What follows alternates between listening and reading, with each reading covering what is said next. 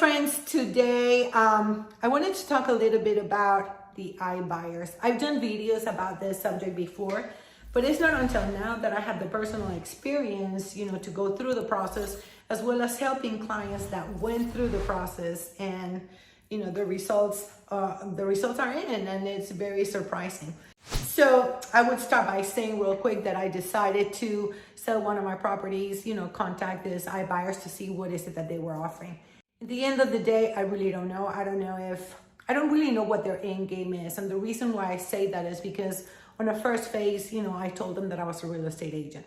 So I thought, they will give me the information, the same information they give anybody else. But at the end of the day, what happened that I was really surprised is when I compared to what they offer other people, I was really blown away because they wanted to charge me 8% commission plus another amount for closing costs. So obviously that is ridiculous.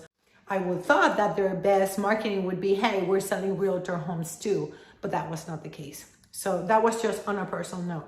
But I do have it from neighbors actually in the same subdivision. I spoke with one of my neighbors who said that they were incredibly happy with this iBuyers. In fact, one of our neighbors was able to sell their property for $318,000, and they also paid for their movers so that they could, find it as long as they bought another house from them. But here's where the catch comes in. When they told me, I was, wow, how can I ever compete with that? Let's not even think about my experience of the local market, personal attention. Let's put all of that aside and make it just about the money. So I said, well, how can I compete? I cannot afford to be paying for movers and, discount on the house they're buying, etc., etc.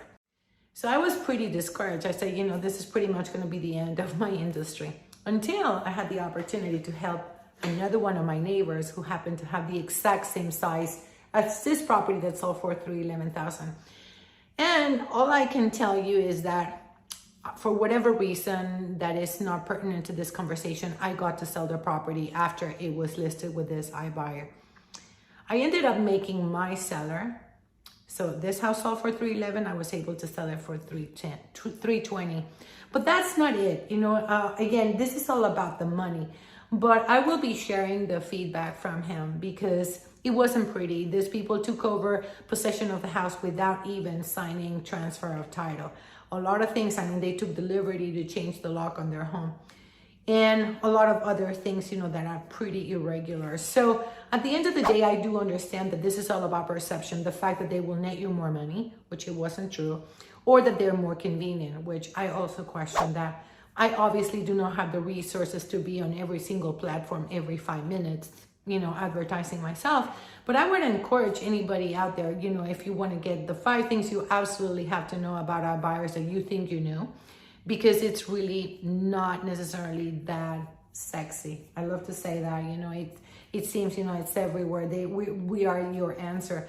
But at the end of the day, if you really think about it, it does come about personal attention. So I'd love the opportunity to share that with you.